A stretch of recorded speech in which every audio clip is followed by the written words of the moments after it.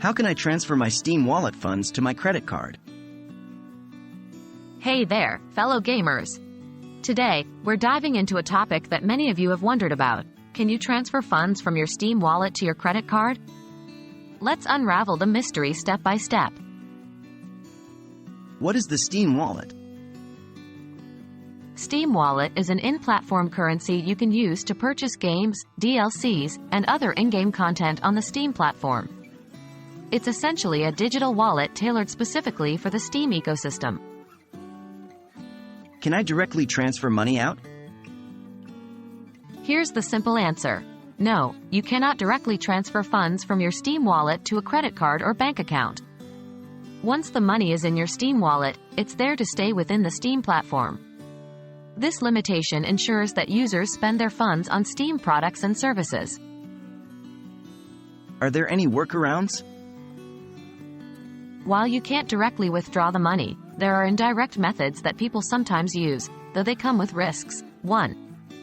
Selling marketable items. Some users buy marketable in-game items with their Steam wallet funds and then sell these items on third-party marketplaces for real cash. However, this can be risky as third-party transactions can be scam-prone. 2. Gifting or trading. Another approach is to buy a game as a gift or tradable item and then exchange it with someone willing to pay real money for it. Again, there's a risk of scams, and you might not get the full value of the item. Caution: both methods are susceptible to scams.